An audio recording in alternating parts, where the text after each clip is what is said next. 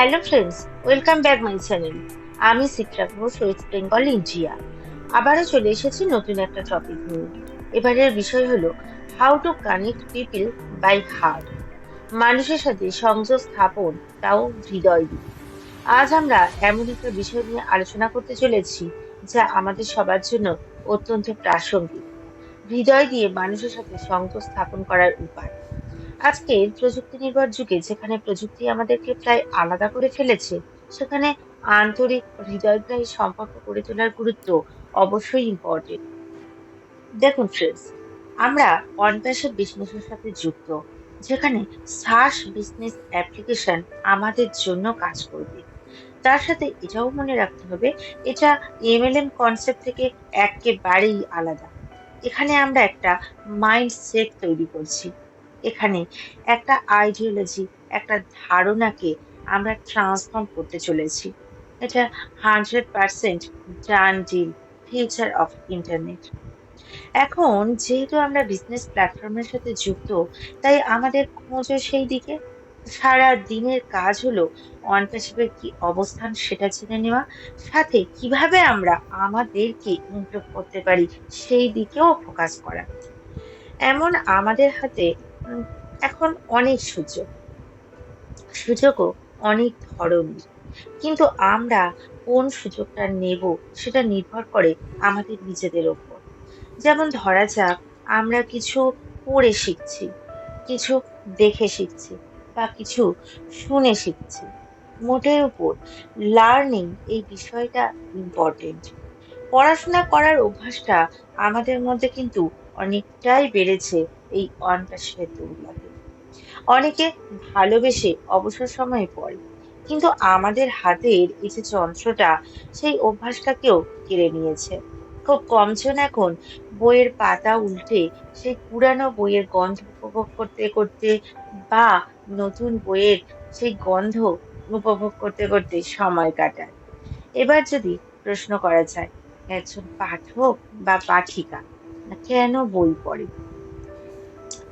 তো এই যে বই পড়ে, বই সাধারণত আমরা তিনটে কারণে পড়ি।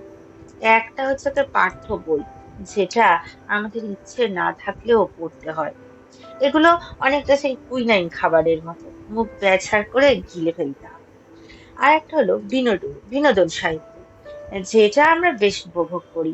মানে সারাদিন পরে যদি আমরা আমাদের মনটা ক্লান্ত হয়ে ওঠে, যখন আমাদের স্নায়ুপুঞ্জগুলো আর কাজ করতে চায় না, তখন মনটাকে আবারও যদি আমরা উদ্দীপ্ত করতে চাই, তো আমরা এই জাতীয় বইটা কিন্তু পড়তে পারি। এটা মনোবিজ্ঞানীদের কথা আছে, এগুলো পড়া উচিত বটে। তৃতীয় শ্রেণীতে আর একটা ব্যাপার আছে। এখানে এমন কিছু বই আছে যেগুলো জানা অজানার বই। যে বই পড়লে আমরা আমাদের জীবনের এখানে সেখানে সেই যে জমে থাকা সমস্যাগুলো, তার সমাধান করতে পারি। এই যে আমাদের মনের আকাশে যে কালো মেঘের ঘনঘটা দেখা দেয়, সেগুলোকে আমরা দূরে সরিয়ে দিতে পারি। আবার সব জায়গার আমরা একদম আলো করে দিতে পারি। এটা আমাদেরকে নিজেদেরকে পরিষ্কার করে তোলে, অর্থাৎ আমাদের ইনার সাইডটা আরো বেশি করে গ্রো করে। আজকের এই প্রযুক্তির যুগে আমাদের হাতের এই ছোট্ট ডাব্বাটা আমাদেরকে আমাদের এই যে পুরো ওয়ার্ল্ডের খবরাখবর A to Z সব কিন্তু আমাদেরকে দিয়ে দেয়। এখন এটা আমাদের উপর নির্ভর করছে যে আমরা কি আমাদের শেখার মানসিকতাটা কি, আমরা কি শিখতে চাই। এখন যে কোনো কিছু শিখতে গেলে সময় তো একটু দিতেই হবে। এখন আমাদের হাতে দুটো রাস্তা। একটা, কোনো একজনকে ধরে চলা, সে যেটা বলবে সেটাই আমরা শুনে নেব, সেটাই আমাদের কাছে বেদবাক্য হয়ে যাবে। হতেই তো পারে সেখানে কিছু ভুল ত্রুটি থাকতেই পারে, কিন্তু আমাদের সেইটা যাচাই করার ক্ষমতা কিন্তু থাকবে না। আবার আরেকটা ব্যাপার হলো, এখন কারো এত এত সময় থাকবে কিনা যে প্রতিটা সময় সেই ব্যক্তি আমাদেরকে সাহায্য করবে, সেটা সম্ভব হবে কিনা, সেটা একটা বিষয়। আর একটা রাস্তা হলো একটু কঠিন, যেটা হলো আমাদের নিজেদেরকে শিখতে হবে, আমাদের নিজেদেরকে গ্রো করতে হবে। ধরা যাক একটা ঘন জঙ্গল, যেখানে নির্দিষ্ট চলার পথ নেই, কিন্তু সেই যে পথ ধরে সেই ঘন জঙ্গলের মধ্য দিয়ে যদি আমরা হাঁটতে থাকি, তাহলে কিন্তু কাঁটা ফুটবে, রক্ত ঝরবে। কিন্তু ধীরে ধীরে তার মধ্যে দিয়েও রাস্তা তৈরি হবে। এইভাবে আমরা আসল কার্যসিদ্ধি করতে পারবো। এখন এই যে বিজনেস, এই বিজনেস মানেটা কি? বিজনেস হলো মানুষের সাথে মানুষের বিজনেস। আমরা এটুকু বুঝতে পারছি, যদি আমরা মানুষকে আকর্ষণ করতে চাই, যদি আমরা মানুষকে বিজনেসের মধ্যে আনতে চাই, তাহলে কিন্তু আমাদেরকে সুন্দর করে কথা বলতে হবে। আমাদের কথায় যে মানুষ বিশ্বাস করবে, সেই মানুষই তো আমাদের সাথে বিজনেস করতে আসবে। তাই আমাদের ফোকাসটা এদিকেও রাখতে হবে, কিভাবে আমরা কথা বলার যোগ্যতা অর্জন করতে পারি। এখন যদি আপনি একজন ব্যবসাদার হন, তাহলেও আপনার সামনে যে ব্যারিকেডটা প্রথম আসবে, সেটা হলো এই জনসংযোগ। এই সমস্যাটার মধ্যে আপনাকে পড়তেই হবে। এবার একজন ব্যবসাদার সফল অবশ্যই হবে। ধরা যাক একটা দোকান, সেই দোকানের মধ্যে মৌমাছির মতো গুনগুন করছে খদ্দেররা, তাহলে আপনি সুনিশ্চিত জানবেন যে ওই যে দোকানের মালিক, ওই দোকানদারটা কিন্তু জনসংযোগকে সব থেকে উঁচুতে স্থান দিয়েছে। তিনি বুদ্ধিমান, তিনি চালাক, তিনি বাস্তব বোধ সম্পন্ন একজন মানুষ। তিনি জানেন কিভাবে কথার মাধ্যমে লোককে আকৃষ্ট করতে হয়, কিভাবে এমন আচরণ করতে হয় যাতে সকলে ভাববে উনি আমার কত আপনজন। কিন্তু এখানেও সত্যতাটা থাকা অত্যন্ত জরুরি। এভাবেই ব্যবসাদাররা কিন্তু অভাবনীয় উন্নতির পথে এগিয়ে যাচ্ছে। যে কথাটা একজন ব্যবসাদারের ক্ষেত্রে 100 ভাগ সত্যি, সেই কথাটাই কিন্তু সমস্ত শ্রেণীর মানুষের জন্য একেবারে উপযুক্ত। কেননা সেটা একজন প্রযুক্তিবিদ হোক বা সেই যে বাড়ির হাউসওয়াইফ, আমরা যেই হই না কেন, আমাদের প্রত্যেকের জন্য এটা কিন্তু অত্যন্ত গুরুত্ববাহী। আসুন ফ্রেন্ডস, আমরা এই বিষয় সংক্রান্ত কয়েকটা গবেষণার কথা একটু শুনে নিই।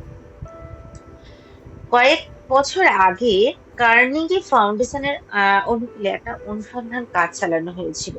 এখানে বলা হয়েছিল, কোনো কোনো কারণে আহ, কোনো কোনো কারণে কি হয় যে শিক্ষকরা, তারা কিন্তু তাদের কাঙ্ক্ষিত জায়গায় পৌঁছতে পারে না। এটা সত্যি। কিন্তু এই যে এই বিষয়গুলো যখন গবেষণা চলছিল, সেখান থেকে কিছু বিষয় উঠে আসে। সেই বিষয়গুলো যখন আমরা দেখি, তখন আমরা এটাও বুঝি যে আমরা অনেক মানুষই কিন্তু আমাদের ব্যক্তিগত জীবনে এই বিষয়গুলো এড়িয়ে যায়। শিক্ষকরাও তাই। তারা কিন্তু জনসংযোগের যে এই ব্যাপারটা, এই ব্যাপারের কিন্তু সেই আদিম স্তরে পড়ে রয়েছে।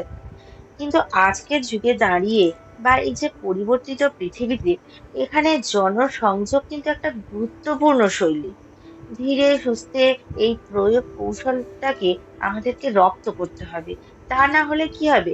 শিক্ষক হিসাবে আপনি যতই গুরুগম্ভীর হন না কেন, আপনার মাথায় যতই বুদ্ধি থাকুক না কেন, ছাত্রদের কাছে আপনি কিন্তু কখনোই গ্রহণযোগ্য হবেন না। পরবর্তীকালে কার্নেগি ইনস্টিটিউট অফ টেকনোলজিতে আরো একটা ব্যাপক আর বিস্তৃত গবেষণা চালানো হয়েছিল। আর সেই গবেষণায় যেটা হয়েছিল, ওখানে যত প্রযুক্তিবিদরা ছিল, তাদেরকে তাদের স্বীকারোক্তি, তাদেরকে প্রশ্ন করা হয়েছে, এবং সেই একই প্রশ্নের উত্তর তারা কিভাবে দিয়েছে, সেই তার উপরে এই সমীক্ষাটা হয়েছিল। এখানে তারা যেটা বলেছে যে একজন মানুষের অর্থকরী সাফল্যে 15 ভাগ নির্ভর করে কি, তাদের এই যে কারিগরি জ্ঞানের উপর। কারিগরি জ্ঞানটা হলো যে জ্ঞানটা আমরা বিদ্যার মাধ্যমে গ্রহণ করছি। অর্থাৎ আমরা যে এই যে দীর্ঘ সময় একটা পড়াশোনার মধ্যে থাকছি, সেখান থেকে যে শিক্ষাটা নিচ্ছি, তার থেকে। আর 85 ভাগটা নির্ভর করছে মানবিক জ্ঞানের উপর। এখন এই মানবিক জ্ঞানটাও কি? এই মানবিক জ্ঞানটা হলো এই যে আমাদের চারপাশের মানুষজন, তাদের সাথে আমরা কিভাবে মিশবো, কিভাবে তাদের সাথে আমরা কথা বলবো, কিভাবে একটা মানুষ আর একটা মানুষকে প্রভাবিত করছে। এইভাবে যে আমরা শিখছি সেটাই হলো মানবিক জ্ঞান। তাহলে এটা বোঝা যাচ্ছে যে জীবনে যে মানুষরাই সফল হয়েছেন তারা কিন্তু বলেছেন যে তাদের 85 ভাগ কৃতিত্ব কিন্তু এই যে বলার প্রবণতা। অর্থাৎ সারা জীবন ধরে যদি বইয়ের পাতায় মুখ বুজে থাকা হয় বা ডিগ্রি লাভ করা হয়, তাহলে কিন্তু আমাদের সম্পূর্ণ শিক্ষা গ্রহণটা হয় না। সেই কুশলতাটা কিন্তু আমরা পাই না। আর সেটাকে পেতে গেলে আমাদেরকে নিজেদেরকে রপ্ত করতে হবে। আমাদেরকে নিজেদের প্র্যাকটিক্যালি সেই কাজগুলোকে প্র্যাকটিস করতে হবে। এর থেকেই আমরা বুঝতে পারি কথা বলার ধরনকে কেন আরো বিজ্ঞানসম্মত, আরো অর্থকরী করে গড়ে তোলা হচ্ছে। এখন ঘরে ঘরে BA, MA, BSc, MSc, MCom, নানা ডিগ্রি, কত ডিগ্রি ছড়াছড়ি। তো তারা সেই অনুযায়ী জব করছে। কিন্তু এখন বাজারে বেরিয়ে যদি আমরা এমন মানুষকে খুঁজি যে ধরা যাক যার মধ্যে টেকনোলজির সাথে সাথে তাদের মনের ভাবটা প্রকাশ করার ক্ষমতা, এই দুটো একসাথে রয়েছে, এমন মানুষ খুব কমজন পাওয়া যাবে। আবার এমন মানুষ যাদের মধ্যে লিডারশিপ করার ক্ষমতা আছে, যাদের মধ্যে এই লিডারশিপের ক্ষমতাটা কিন্তু একটা অলৌকিক শক্তি। এই লিডারশিপের ক্ষমতা যাদের মধ্যে আছে এরকম মানুষের সংখ্যাও কিন্তু কম। আর যে যে মানুষগুলো কিনা একজন নির্জীব মানুষ, তাদেরকেও জাগিয়ে তুলতে পারে। যেমন বলে না, যেখানে পাইবে ছাই উড়াইয়া দেখো ভাই, পাইলেও পাইতে পারি অমূল্য রতন। অর্থাৎ যদি আমরা সেই মানুষদের কাছ থেকেও কিছু বের করে আনতে পারি, সেই ক্ষমতা যে মানুষদের কাছে আছে, সেই ব্যক্তি সংখ্যাও কিন্তু অনেক কম। এবার যদি এই বিষয়টা আমরা একটু প্রশ্নোত্তরের মধ্যে দিয়ে বোঝার চেষ্টা করি, যেমন ধরা যাক যে কারা কারা হৃদয় দিয়ে মানুষের সাথে সংযোগ স্থাপন করতে পারে। আসল উত্তরটা কিন্তু খুব সহজ। আমরা সবাই এই সংযোগ স্থাপন করতে পারি। এটা শুধুমাত্র একটু খোলা মন, সহানুভূতিপূর্ণ হৃদয়ের প্রয়োজন। আমাদের জীবনের প্রত্যেকটা ব্যক্তি, হোক তার পরিবার, বন্ধু, সহকর্মী, সবার সাথেই আমরা যদি হৃদয় দিয়ে সংযোগ স্থাপন করতে পারি, তাহলে কিন্তু সেটা আমাদের অনুভূতি, চিন্তা এবং অপরজনের অনুভূতিকেও সম্মান করতে শেখায়। এরপরে যদি আমরা বলি যে এই যে হৃদয়ের সংযোগ স্থাপন করা বলতে কি বোঝায়? এটা এটা এমন একটা প্রক্রিয়া যেখানে আমরা শুধু কথার মাধ্যমে নয়, বরং আবেগ এবং আন্তরিকতার মাধ্যমেও অন্যের সাথে সম্পর্ক স্থাপন করি। এটা এমন কিছু নয় যা শুধুমাত্র শব্দ দিয়ে প্রকাশ করা যায়, বরং এটা আমাদের আচরণ, আমাদের মনোভাব এবং এমনকি আমাদের নীরবতার মাধ্যমেও কিন্তু এটা প্রকাশ পায়। আমাদের সৎ চিন্তা, আমাদের আন্তরিক অনুভূতিগুলো এই সংযোগের মূল মূল ভিত্তি। এবার যদি প্রশ্ন করা যায় যে কখন আমাদের হৃদয় দিয়ে সংযোগ স্থাপন করা জরুরি হয়ে পড়ে? সাধারণত যখন আমরা দেখতে পাই কেউ কষ্টে আছে, কেউ একা বোধ করছে বা মানসিকভাবে যারা বিপর্যস্ত, তখন আমাদের হৃদয় দিয়ে সংযোগ স্থাপন করার চেষ্টা করা উচিত। এই সংযোগের সময় কিন্তু এটা নির্দিষ্ট নয়, এটা যে কোনো সময় হতে পারে। যখন আমরা বুঝতে পারি যে কেউ আমাদের সহানুভূতি, আমাদের সমর্থনের প্রয়োজন অনুভব করছে, সেই মুহূর্তে যদি আমরা সেখানে থাকতে পারি, আমরা যদি তাদেরকে সাহায্য করতে পারি, সেটাও কিন্তু হয়। এবার হলো, কোথায় এই সংযোগ স্থাপন করা যায়? এই প্রশ্নের উত্তরটা কিন্তু একটু বড়ভাবেই দিতে হবে। আমরা যে কোনো জায়গায় এই সংযোগ করতে পারি। সেটা হতে পারে তার বাড়ি, তার কর্মস্থল, অথবা অনলাইন। ভার্চুয়াল জগতে যোগাযোগ করা হয়তো একটু চ্যালেঞ্জিং হতে পারে, কিন্তু সত্যিকার অনুভূতি, আন্তরিকতা দিয়ে যদি আমরা সেখান থেকেও শক্তিশালী সংযোগ করতে পারি, সেটাও কিন্তু সম্ভব। এবার প্রশ্ন হলো, কেন কেন হৃদয় দিয়ে মানুষের সাথে সংযোগ স্থাপন করা এতটা গুরুত্বপূর্ণ? কারণ এই ধরনের সংযোগ আমাদের সম্পর্ককে আরো গভীর করে তোলে। এটা আমাদের জীবনে শান্তি, ভালোবাসা আর সমর্থনের অনুভূতি নিয়ে আসে।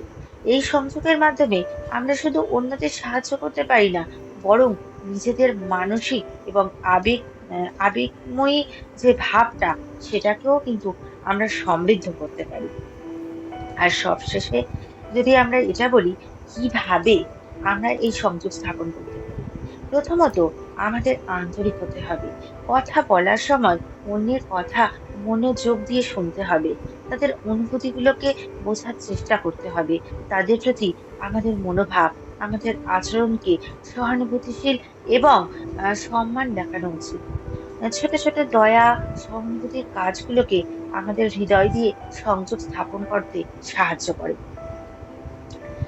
তো ফ্রেন্ডস, আশা রাখছি আজকের এই ভিডিওটা আপনাদের জন্য সহায়ক হয়েছে। হৃদয় দিয়ে সংযোগ স্থাপন করা সত্যিই আমাদের জীবনকে আরো সুন্দর করে তুলতে পারে। তাই আজ থেকেই চেষ্টা করুন মানুষের সাথে আন্তরিক সংযোগ স্থাপন করতে। তো ফ্রেন্ডস, আমার এই চ্যানেলটা সাবস্ক্রাইব করতে ভুলবেন না এবং আপনাদের মন্তব্য জানাতেও পারেন। কিভাবে আপনি হৃদয় দিয়ে মানুষের সাথে সংযোগ স্থাপন করেন? কিভাবে কিভাবে আমরা একে অপরের সাথে কথা বলতে পারি? আমরা তার যদি নতুন কিছু টেকনিক এছাড়াও আরো কিছু জিনিস বেরিয়ে আসে, অবশ্যই কমেন্ট করে জানাবেন। তো ফ্রেন্ডস, আবার দেখা হবে পরের ভিডিওতে। ততক্ষণের পর্যন্ত ভালো থাকবেন, সুস্থ থাকবেন। তো উই আর সৈনিক টু